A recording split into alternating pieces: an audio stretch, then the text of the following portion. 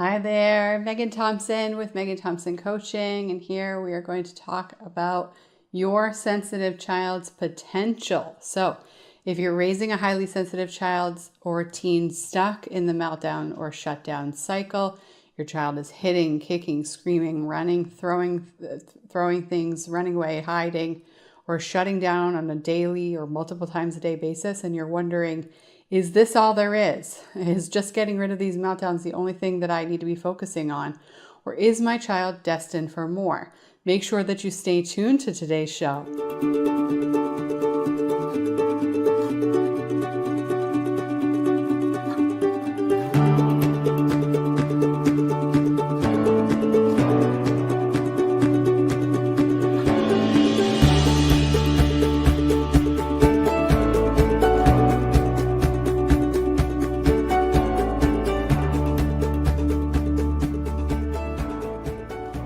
Cover something that we allude to often in our trainings here at MTC, but we don't speak specifically about so much because many of the parents who are coming to us are stuck in what we call survival mode.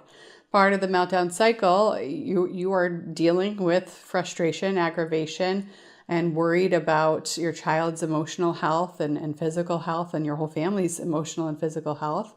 And so when we speak to parents about their dreams and goals and what's possible for their children, even on our first conversation, many times parents need a lot of support in just envisioning that light at the end of the tunnel. And so today we're going to talk about what the light at the end of the tunnel looks like for highly sensitive children who are not stuck in the meltdown cycle. And this is really important for you to be paying attention to because oftentimes you'll hear from professionals or parents alike that just getting rid of those meltdowns is the end game, right? And that is just simply not true for us here at MTC. For the clients that we serve, we see their children completely surprising them over and over and over again about what's truly possible. And I'm going to be telling you some stories today to capitalize on that. But first and foremost, we're going to talk about where you might be stuck and what's important about breaking out of this pattern now. And we're going to highlight what's possible for your child, okay? So one thing that you might resonate with is a phrase that you might have heard me say before. We've heard clients say this before as well. My kid is either going to be the president of the United States or the president of a prison gang, Megan, and I don't know which one and how that's going to happen, but I know my child has leadership skills. And let's notice that, right? Let's observe what's possible for your sensitive child and how do you get your child to be the president of the world or any other sort of leader in a pro-social way and raise them in that successful manner without worrying halfway through or all the way through their entire childhood whether or not they're going to make it, right? So let's cover that. So one of the things that is important for you as a parent of a sensitive child is to notice that when your sensitive child does not have skills to regulate their emotions, they will present themselves as lower than the norm in children in child development. And so this is why your 8-year-old, 9-year-old, 11-year-old, 15-year-old, etc., even 6-year-old, when they're in their emotional state, heightened emotional state, they are exhibiting meltdowns. Now, meltdowns are appropriate for children before the age of 4. Daily meltdowns are not appropriate for children beyond age 3 or 4. A 4-year-old having daily meltdowns feels extremely out of control, even if they are highly sensitive. So if your child is 9 and they are having multiple meltdowns a day, your child is not presenting themselves at their highest skill set. This is a symptom of the meltdown cycle that you and your whole family is in. The meltdown cycle is a family dynamic problem. The entire family contributes to and perpetuates the meltdown cycle. And so this is something that we've helped families break out of, over 350 at this point around the world. So I know a thing or two about what to do to break out of this cycle, and that's a joke. Obviously, no more than just 2 things about it. But it's important for you to notice because you might hear from professionals that your 9-year-old will eventually grow out of it. And I have to tell you that that is not true. Highly sensitive children will likely present themselves lower than the normal average child. And I say normal from a standard deviation standpoint. We're talking statistics here. I'm going to show you a bell curve if you're going to watch this in a video today. And this is important for you to notice. So if you happen to have taken statistics, whether that be in college or grad school, you might remember that a bell curve looks like an upside down U, and the middle, which is the heightened level of that bell curve, is where most people present themselves in terms of functioning.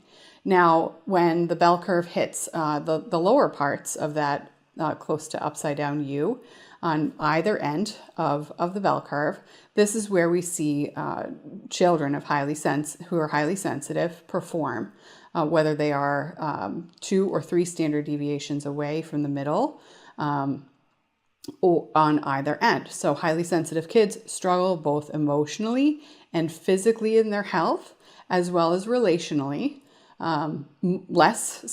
They struggle more so, and are further away from the typical child in average functioning, to the point where they can present themselves about 3% of the population. So you can see your child's needs match only about 3% of the population, which means that your child might be deemed with special needs. You might start to see your child with a pretty extreme mental health disorder.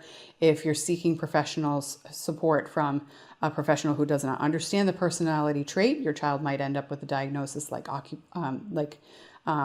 MDD or ODD, oppositional defiant disorder is the latter, and DMDD, disruptive mood dysregulation disorder.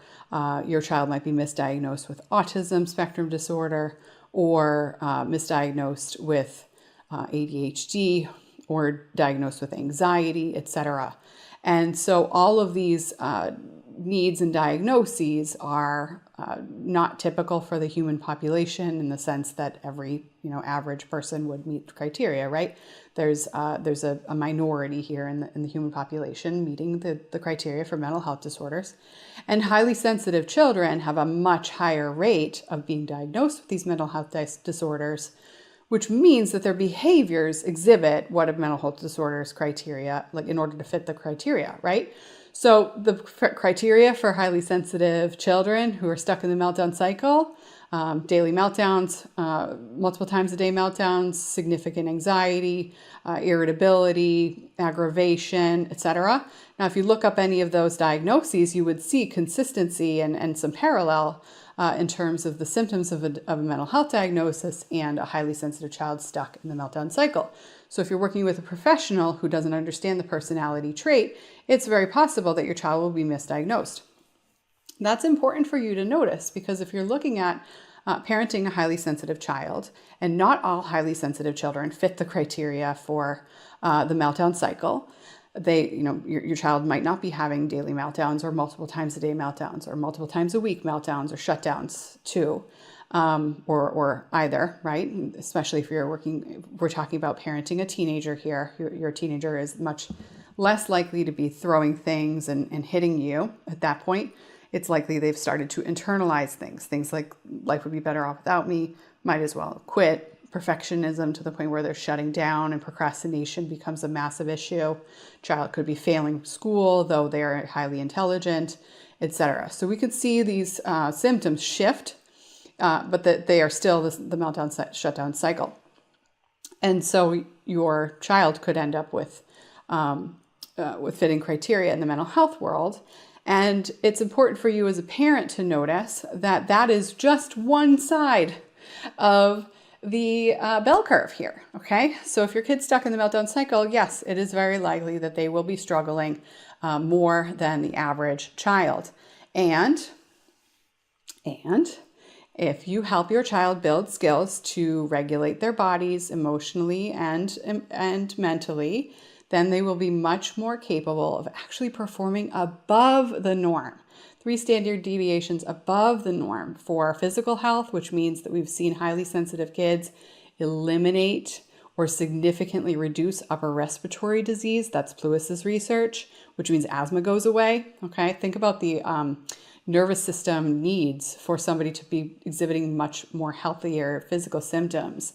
And when you feel crappy about yourself and your body feels crappy and you feel run down, that impacts your physical health too. So we see highly sensitive kids resolving symptoms of physical ailments, and also we see highly sensitive kids performing much more effectively academically, being able to access their potential academic gifts, as many highly sensitive people are academically gifted as well as emotionally gifted, creatively gifted, artistically gifted, musically inclined, etc.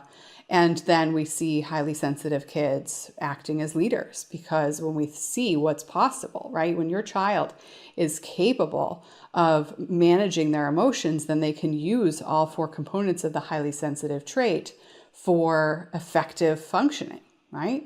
What do I mean by that? Well, let's look at it. Depth of processing. When your child is taking in more information from the world and they know how to deal with that and they don't feel flooded by that information, they're going to be able to sort it effectively.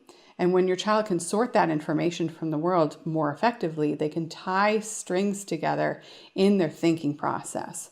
So when your child reads a paragraph in literature, their reading comprehension is going to be higher than their peers, because they'll be able to thoroughly understand the message of the author when they're calm, cool, collected, and skillful, right? So calm, cool, collected doesn't just mean that they're having a good day, that's mood dependent, okay? Or that their environment is safe, so they are working with an excellent teacher, right? But rather, regardless of what's going on in their environment, regardless of whether or not they're having a good day or a bad day, emotionally, they still have skills to regulate their mood, positive or negative, and change how they feel on a daily basis. And in that respect, your child is going to be able to perform much more consistently academically. And as a result, you'll see that play out in their grades. And so when we see this consistency for highly sensitive kids, we obviously are able to notice that your child is able to match their potential. We see lots of parents tell us, oh my gosh, my kiddo, if she could regulate, she could absolutely run the world. And that is totally true when we observe how highly sensitive kids can be leaders and how they can use their emotional and intellectual gifts when regulated. Now, think about this. If you're detail oriented, say, for example, you get a job as a copy editor, right? Maybe you are a publishing editor and able to process more thoroughly the books that end up on your desk. Might take you a little longer to read them, but if your production in terms of high quality leads to the company's capacity to sell best-selling books much more effectively, then you will be promoted over your peers, right? Even if it takes you a little longer, your boss is going to notice that your performance is higher quality, right?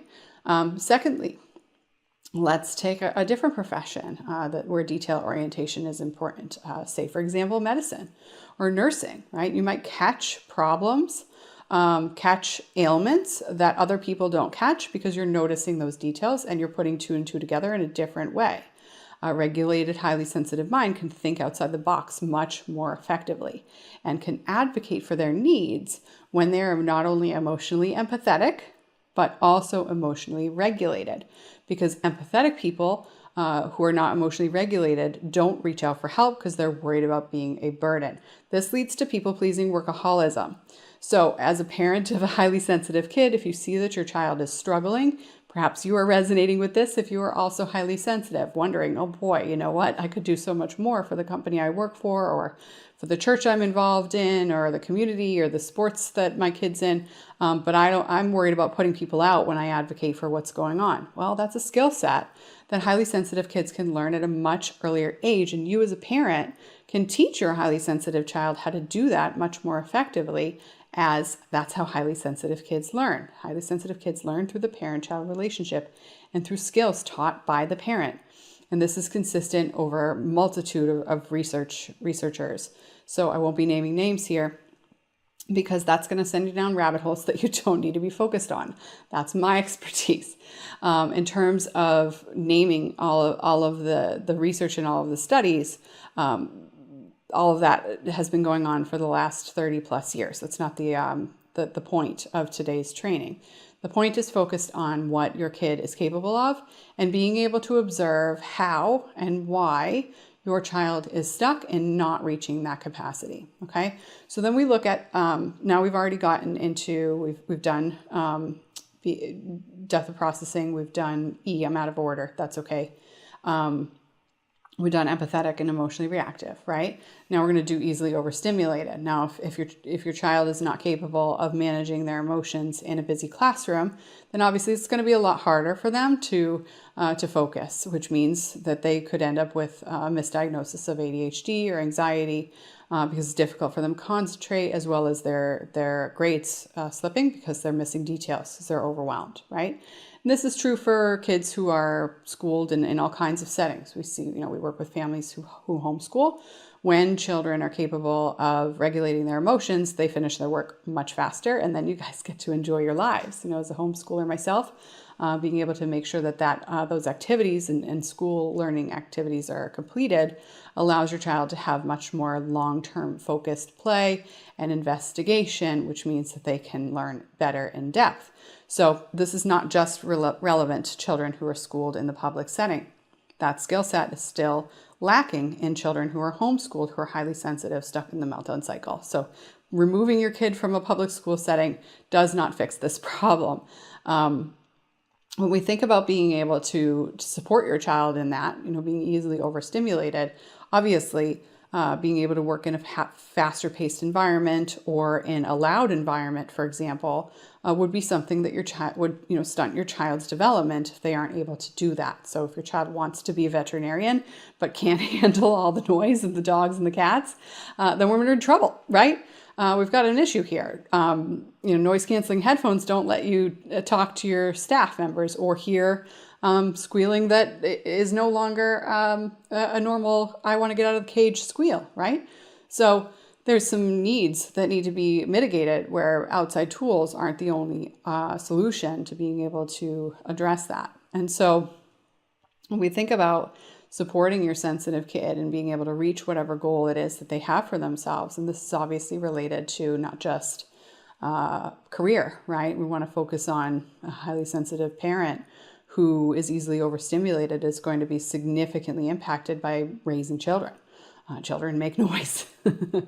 And that's going to be really, really tough to do if you don't have skills to manage your overwhelm. You'll end up yelling regularly and feel really quite stressed. And so when we help our clients to deal with this, right, because we work directly with many highly sensitive parents who didn't generalize these skills themselves. Obviously, in order to teach your child, you need to be able to build the skills yourself. So we tackle both here at MTC, and supporting your kid in learning those skills much earlier allows your child to have a much more fulfilling life in adolescence and in young adulthood, let alone throughout their lifespan. And so when we think about being able to meet all of these needs, right, obviously being able to pick apart small details and noticing small details makes you a much more successful employee or potential employer. And that's something that's going to be incredibly important for the workforce moving forward. Today's workforce and the workforce that our children will be jumping into is going to be focused on creative, out-of-the-box thinkers. We have already removed a significant amount of plug-and-play career opportunities by having artificial intelligence fit those needs, or robotic software or machinery fit those needs, and that's only going to be growing in many industries. And so your child is going to need to be able to notice small details. Any child, highly sensitive or not, is going to need to be able to notice small details and creatively solve problems. Rote memorization, rote repetition, rote regurgitation is not going to set your child apart in the career, in any career trajectory. And so highly sensitive kids have a much bigger capacity of exhibiting skill sets that are going to set themselves apart from the pack when they have the skills to regulate their emotions. Because obviously you'll be a faster copywriter if you're going to write in marketing. You'll be a more powerful lawyer if you can pick up on those details and be quick-witted. Whether you're going to be a lawyer, a trial lawyer, or a lawyer who's focused on just technical language and working more remote positions. And then we look at highly sensitive kids who can go into engineering or other mechanical positions, vocational positions where running a successful business might be part of the plan. Some entrepreneurial work in perhaps running your own auto body shop or seamstress company, etc. And so things of that nature could necessarily require your sensitive child to not only pay attention to details, but keep all the balls rolling, all the balls up in the air, I should say. And that requires emotional stability. All of those jobs, all of those career trajectories, and where our industries are headed here in the United States, they all require quite a significant amount of emotional steadiness in terms of regulating your emotional state and being able to manage that. And as an entrepreneur myself and managing multiple businesses, managing my own emotional state is incredibly important. And it's a skill set that I know that many people don't have. And that's why we do what we do here at MTC. And being able to do that successfully is something that supports the success of any sort of business that your child would potentially run if they want to do that as well. So, especially noticing where our career trajectory is headed, where some children are thinking that they might want to have a higher connection in social media,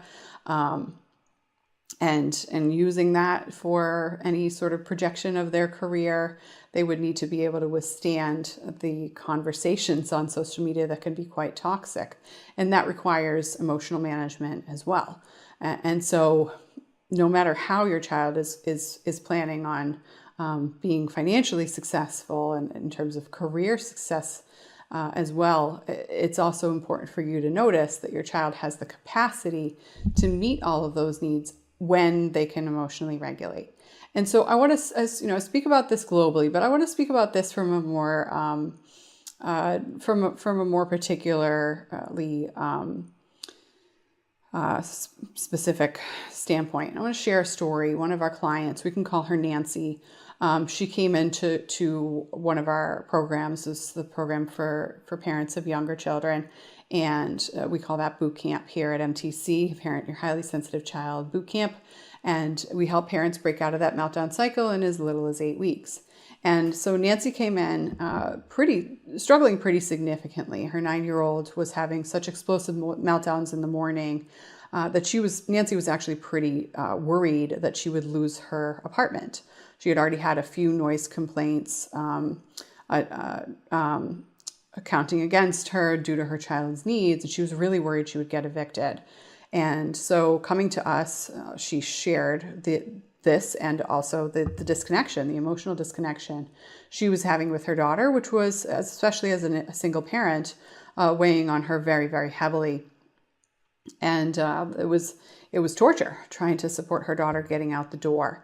And so in working together with her in less than, in about 4 to 6 weeks, I think it was closer to 4, but I don't have that number in front of me.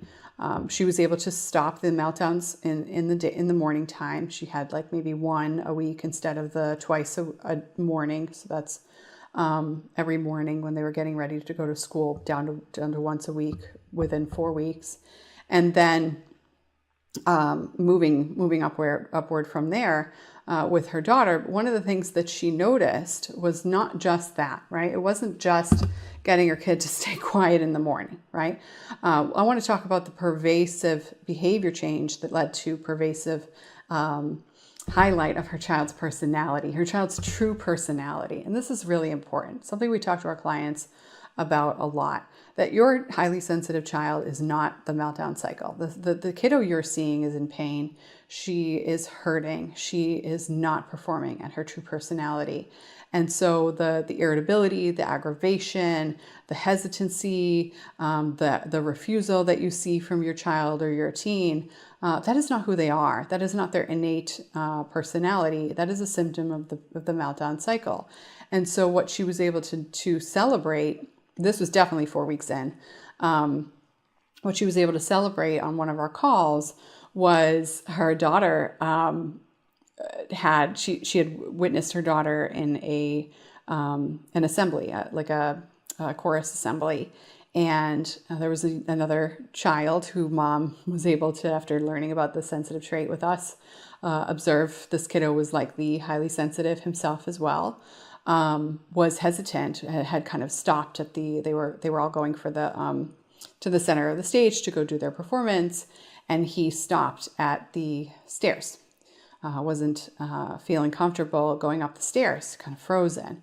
And this young girl, her daughter, Nancy's daughter here, would have previously not been emotionally regulated enough to support another child or even step in at all. Would have likely passed on the opportunity. But Nancy celebrated on one of our calls that her daughter not only stopped to notice this young boy in his emotional frozen behavior, but coached him in noticing, not just reassuring him, come on, it's okay, everybody's waiting, right? But she coached him to manage his own emotions in a way that Nancy had been teaching her. And that allowed the young boy to take a deep breath and ready himself and steady himself enough to go up the stairs and join the chorus with the rest of the classmates. And Nancy was able to witness this from afar in terms of it happening at the assembly. And the beaming experience that Nancy had while witnessing her daughter, in addition to the fact that all the teachers that had come up to Nancy afterwards saying, oh my gosh, did you see your kid? Can you believe that? Nobody else would have been able to get through to this little boy, and your daughter did that. And this little boy was, struggling and has some needs as well. And the number of adults, it was at least 3 or 4 adults who had gone to Nancy after that assembly and stopped her and checked in with her and just acknowledged the leadership skills of her 9-year-old, that her 9-year-old was able to not only manage the nerves of herself, right? This is a school performance.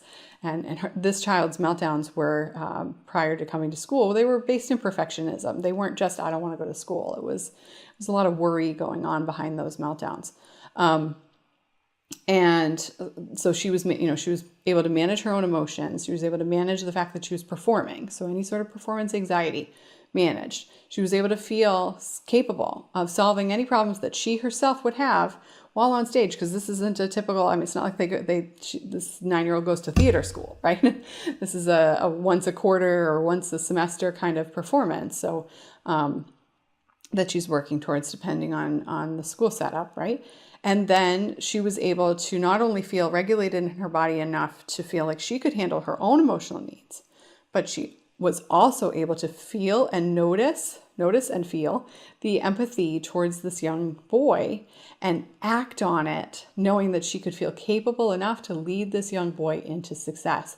Because highly sensitive kids who are leaders feel capable that they can solve problems when they're trying to lead. Otherwise, they don't reach out. Otherwise, they don't try to help. They want to, right?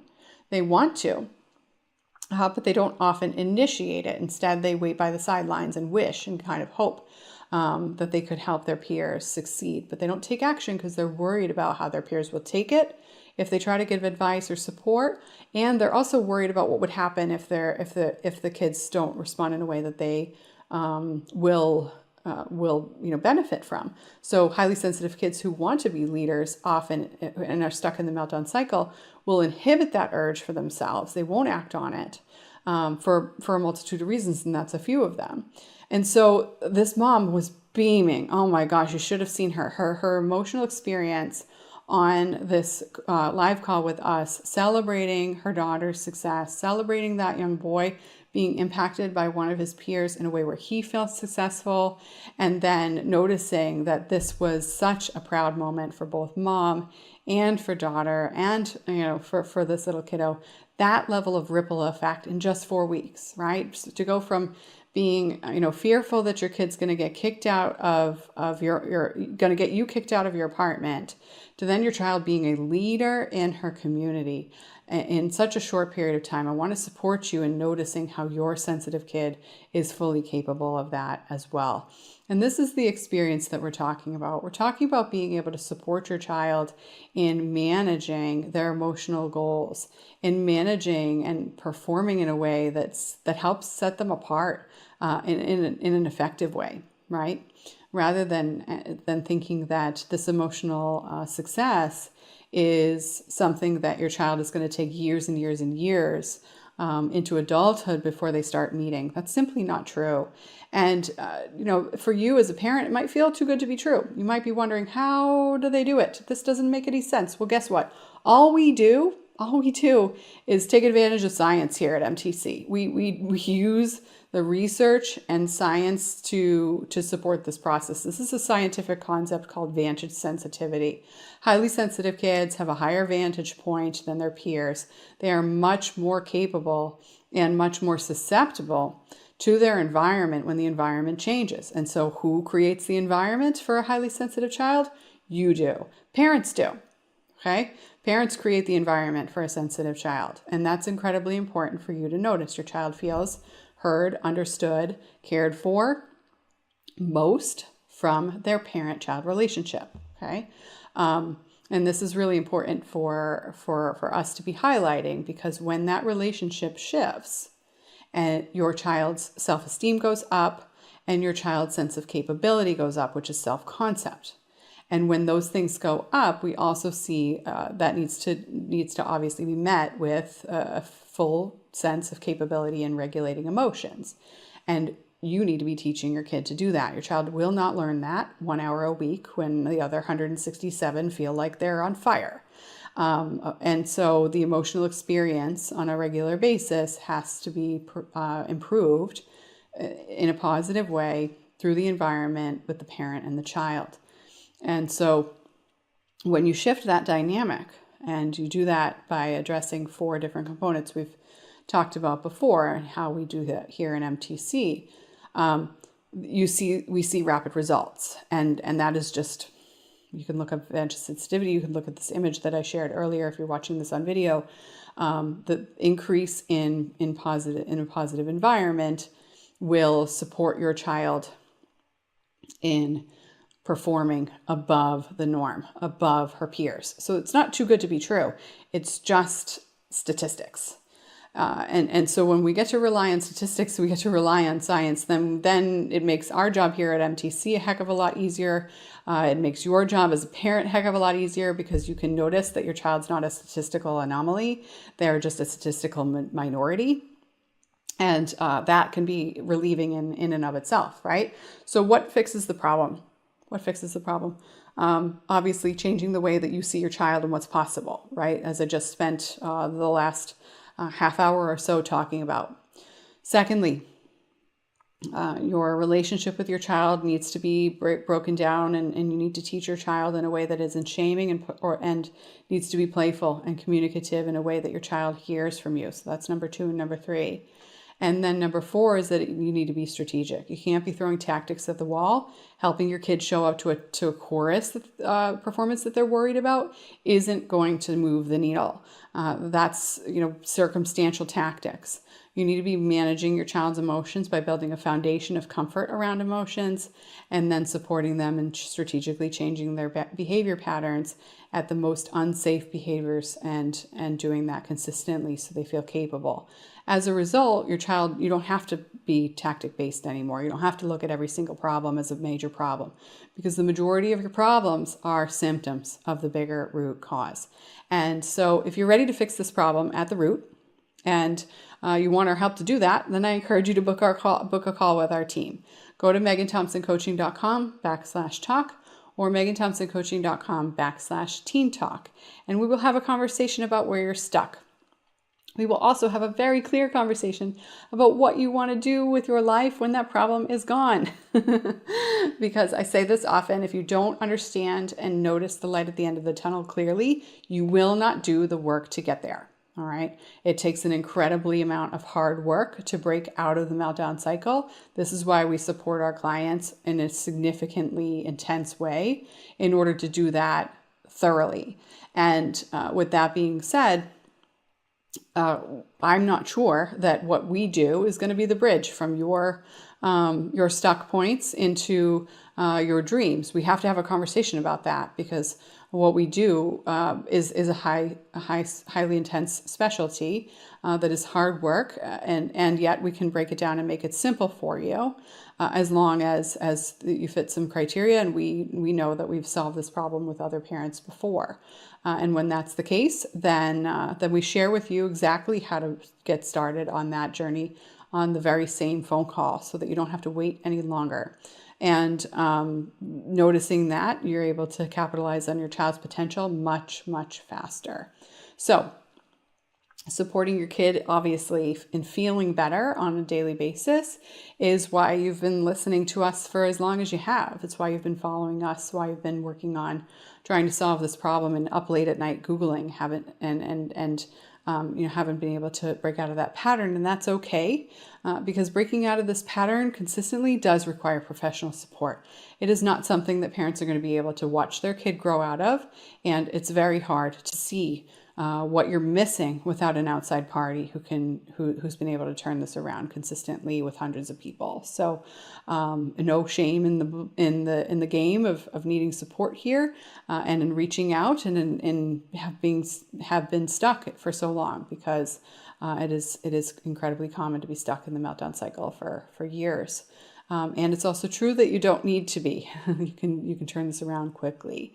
So go ahead over to meganthompsoncoaching.com/talk, or if you're parenting a teenager, high school age and up, meganthompsoncoaching.com/